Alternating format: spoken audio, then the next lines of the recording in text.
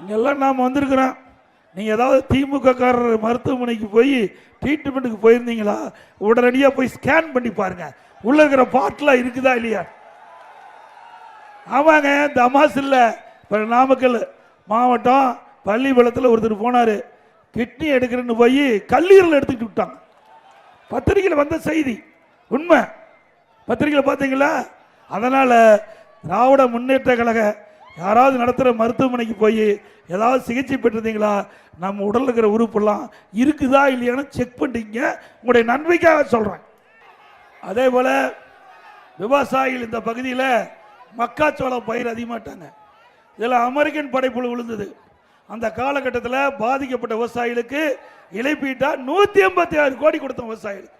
அடுத்த ஆண்டு இந்த மக்காச்சோள பயிர்த்துக்கு அமெரிக்கன் படை விழுந்ததுனால அரசாங்கமே எங்கெங்கெல்லாம் அந்த அமெரிக்கன் படை புழு விழுந்து அந்த மக்காச்சோள பயிர் சேதமடைஞ்சதோ அங்கெல்லாம் கண்டறிந்து சுமார் 48 கோடியில் இந்த பூச்சிக்கொல்லி மருந்து அடித்து மக்காச்சோளத்தை காப்பாற்றி விவசாயிகளை காப்பாற்றி அரசாங்கம் அதிமுக அரசாங்கம். அதே போல அனைத்து இந்திய அண்ணா திராவிட முன்னேற்ற கழக ஆட்சியில் தாலிக்கு தங்கம் கொண்டு வந்தாங்க அம்மா.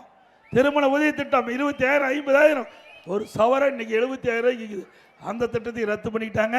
இந்த ரத்து பண்ணின இந்த தாலிக்கு தங்கம் திட்டம், திருமண உதவி திட்டம் அதிமுக ஆட்சி வந்த பிறகு தொடரும். அது மட்டும் இல்லை, இந்த திருமண உதவி திட்டத்தின் கீழே இதில் உதவி கிடைக்கின்ற பொழுது அந்த திட்டத்தில் பயன்பெறுகிறவர்களுக்கு இன்னும் கூடுதலாக அதிமுக ஆட்சியில் அவளுக்கு வழங்க இருக்குது. அந்த திருமண உதவி திட்டத்தில் இந்த தாலிக்கு தங்கம் 20,000 50,000 கொடுப்பதோடு அந்த அவர்களுக்கு திருமணம் போது மணப்பெண்ணுக்கு பட்டு சேலை வழங்கப்படும், மணமகனுக்கு பட்டு வேசி வழங்கப்படும். அதே போல ஒவ்வொரு தீபாவளி வருகின்ற பொழுது அதிமுக ஆட்சிக்கு வந்த பிறகு ஒவ்வொரு தீபாவளி வருகின்ற பொழுது நம்முடைய தாய்மார்களுக்கு நம்முடைய சகோதரிகளுக்கு அற்புதமான சேலை நம்முடைய தீபாவளி போது வழங்கப்படும். அதே போல இது நகராட்சி. நீங்க நகராட்சியில் பார்த்தீங்கன்னா வீட்டு வரி 100% உயர்த்தியாச்சு, கடை வரி 150% உயர்த்திட்டாங்க, குடிநீருக்கு வரி போட்டாச்சு, குப்பைக்கு வரி போட்டாச்சு, மின் கட்டணம் 67% உயர்த்தியாச்சு. ஆக மக்கள் மீது மிகப்பெரிய வரியை சுமத்த ஒரே அரசாங்கம் திமுக அரசாங்கம்.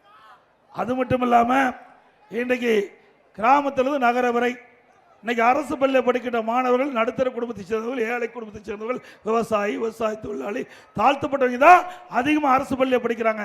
அப்படிப்பட்ட மாணவருடைய கனவு நனவாக என்பதற்காக அனைத்து இந்திய அண்ணா திராவிட முன்னேற்ற கழக அரசு 7.5% உள்ளிடஒதுக்கீடை கொண்டு வந்து அதை சட்டமேற்றப்பட்டு அமல்படுத்தப்பட்டு இன்றைய தினம் இந்த திட்டத்தின் மூலமாக 2818 பேர் மருத்துவ கல்வி கிடைச்சிருக்கு. இது பெரும்பாலும் கிராமத்திலிருந்து நகர வரை அரசு விடுத்த ஏழை மாணவர்களுக்கு கிடைக்கப்பட்ட மிகப்பெரிய வாய்ப்பு.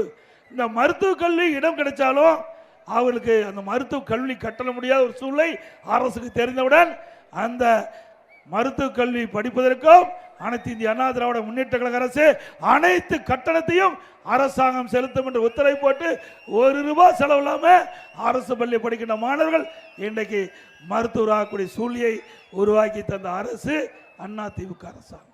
இது அதிமுக சாதனை. அதோட இந்த விலைவாசி விண்ணை முட்டுக்கிட்ட அளவுக்கு உயர்ந்து போச்சு. இன்றைக்கு ஏழை மக்கள், நடுத்தர மக்கள் இந்த விலைவாசால கடுமையாக பாதிக்கப்பட்டுட்டாங்க.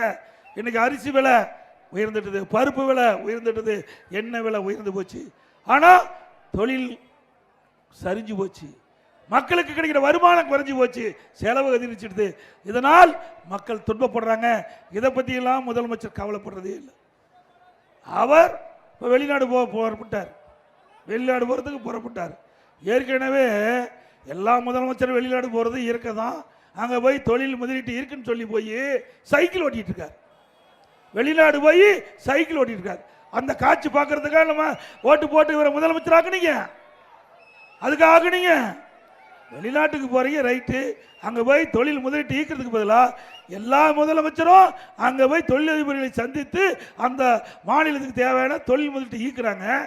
தமிழ்நாடு முதலமைச்சர் வெளிநாட்டுக்கு போய் சைக்கிள் ஓட்டிட்டு இருக்கார், அதை எல்லா வலைதளம் காட்டுறாங்க. அது மட்டும் இல்லை, அண்மையில் உடல்ல சரியில்லைன்னு போய் மருத்துவமனைக்கு போனார். போக வேண்டியதான், ட்ரீட்மெண்ட் பண்ண வேண்டியதான், தப்பு இல்லை, நாம கூட வாழ்த்து சொன்னோம். அங்க போய் ஒரு நாடகத்தை அரங்கேற்றார். என்னமோ நாட்டில் மிகப்பெரிய பிரச்சனை வந்த மாதிரியும், உடனே அரசாங்கத்துக்கு பிரச்சனை வர்ற மாதிரி, ஒரு நெருக்கடி வர மாதிரியும் உடனே அதிகாரிகளும் கூப்பிட்டு ஹாஸ்பிட்டலில் ஒரு மீட்டிங் போடுறார். எவ்வளவு டிராமா போடுறாரு. 18 நாள் போய் ஸ்பெயின்ல ஓய்வு எடுத்துட்டு, அப்பெல்லாம் தமிழ்நாட்டு மக்கள் பிரச்சனை சந்திக்கலையா? மக்களுக்கு பிரச்சனை இல்லையா? ஆனா இப்படியெல்லாம் மக்களை ஏமாற்றிக்கிட்ட ஒரு அரசாங்கம் இன்னைக்கு திமுக அரசு. பிளே ஸ்டோர் மற்றும் ஆப் ஸ்டோரில் இருந்து பாலிமர் செயலியை QR கோடு மூலம் பதிவிறக்கம் செய்யுங்கள். செய்திகளை உடனுக்குடன் பெறுங்கள்.